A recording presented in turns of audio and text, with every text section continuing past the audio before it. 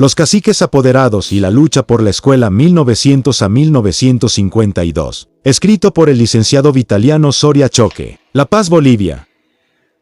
Los hacendados y vecinos de los pueblos se convierten en el mayor obstáculo para la creación de escuelas en las comunidades y se empecinan en mantener a los indios en la ignorancia para continuar explotándolos. Los patrones expulsan a los colonos que piden la creación de escuelas con el argumento de que incitan a la rebeldía y desobediencia en el trabajo.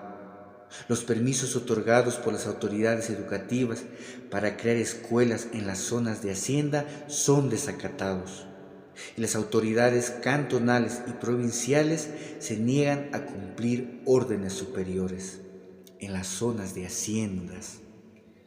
Contra todas estas barreras interpuestas por los gamonales, los comunarios optan por construir escuelas con sus propios medios, pidiendo tan solo autorizaciones para su funcionamiento. De ahí que la mayoría de escuelas creadas en el campo fuesen privadas, es decir, pagadas con los propios recursos de las comunidades. Sin embargo, el movimiento de caciques apoderados no cesó en su intento de obtener respaldo estatal para su esfuerzo en pro de la educación indígena. El incumplimiento de las promesas oficiales dio lugar a numerosos reclamos, siendo uno de ellos el memorial que presentan en 1923 Santos Marcatula, Manuel Churqui, Julián Siñani y Nicolás Mamani ante las autoridades educativas en los siguientes términos. A la clase indígena no han dotado de escuelas. Reclamamos de este deber para dedicarnos a la educación de nuestros hijos. Por esta razón hemos pedido escuelas en todas las comunidades, ya sean sostenidas por el gobierno o por nosotros mismos, que nos vemos privados de la instrucción que hemos pedido el año 1919. Hasta la fecha no hemos obtenido la venia de las autoridades de provincia, quedándonos en la ignorancia, siendo el blanco de los abusos. Fuente: fichero del Taller de Historia Oral Andina.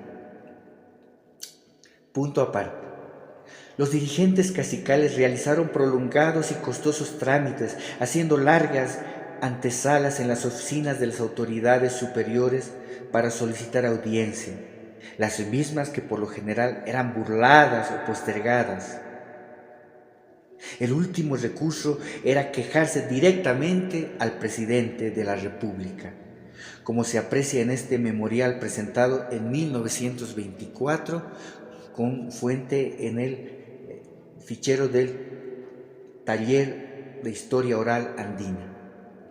Señor presidente, queremos que usted, como padre de la patria, nos apoye y fomente y garantice la instrucción. Hemos sabido que los vecinos de esos cantones están en contra, haciendo consentir a los indígenas que lo que van a aprender a leer y escribir es para ser castigados y que sus miembros serán mutilados y reventados sus ojos. Con estas mentiras quieren sembrar la discordia entre nosotros y todo para aprovecharse del trabajo indígena. Punto aparte.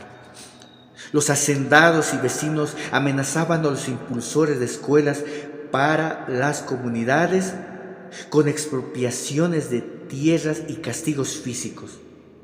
Este clima de intimidación psicológica creaba en los padres de familia el temor de enviar a sus hijos a la escuela.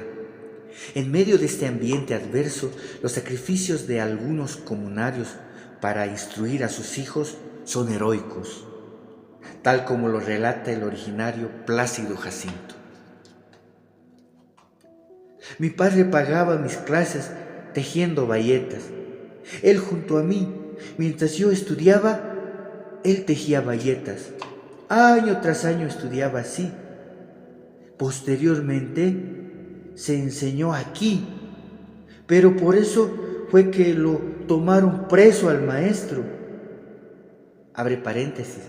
Testimonio de P.G. Hacha Juntu, 1985. Archivo del Taller de Historia Oral Andina. Cierra paréntesis. Muchos comunarios que aprendieron a leer y escribir por su cuenta se convirtieron después en maestros ambulantes. No solo los comunarios impulsores de escuelas sufrían represalias, sino también estos maestros, por lo que el estudio se convertía en una actividad clandestina, tal como lo relata el comunario Juan Yugra. Nosotros solo aprendimos a leer y escribir en pequeñas capillas, o nos hacíamos llamar a una u otra casa, o hacíamos llamar a una u otra casa al profesor. En esa época no existían escuelas estatales. Aprendimos con profesores particulares. Fuente, testimonio de J.Y. La Paz, del Taller de Historia Oral Andina, cierra paréntesis. Los profesores criollo mestizos, continúa la lectura, se oponían a la instrucción de los indios, pero ese vacío era llenado por los profesores ambulantes de origen indio, que cobrando pequeñas sumas alfabetizaban a sus hermanos, tal como relata la comunaria Susana Maidana. Dice Susana. En esas épocas se aprendía a leer y escribir pagando al profesor mensualmente. Cada uno pagaba de acuerdo a su alcance, unos 2 o 3 billetes que en esa época tenían mucho valor. En esos tiempos solo nos enseñaba nuestra gente. Los blancos no querían enseñarnos. Punto aparte, continúa la lectura.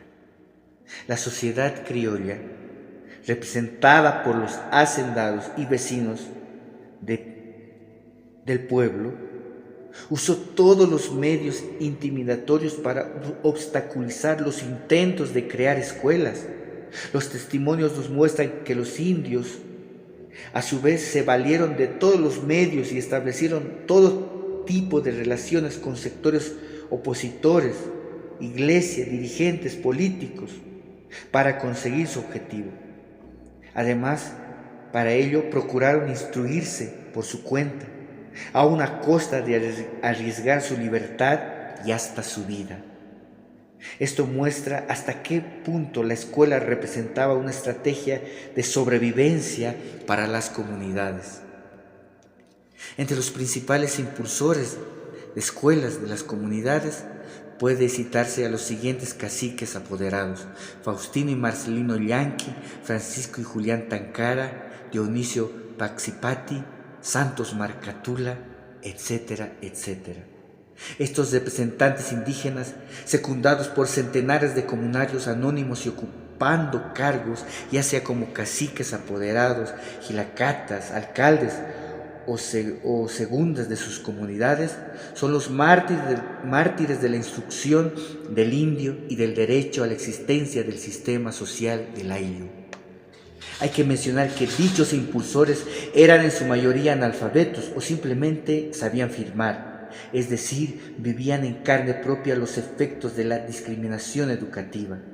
Así, por ejemplo, el cacique Santos Marcatula dictaba de memoria el contenido de los memoriales e incluso citaba textualmente artículos y decretos de la legislación.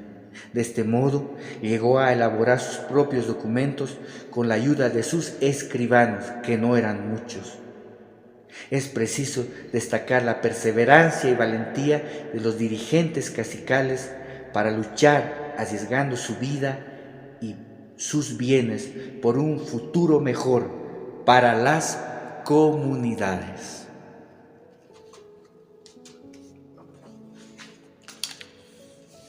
Muchas gracias, queridos amigos, por haber escuchado esta lectura de la historia, que es parte de la historia de Bolivia.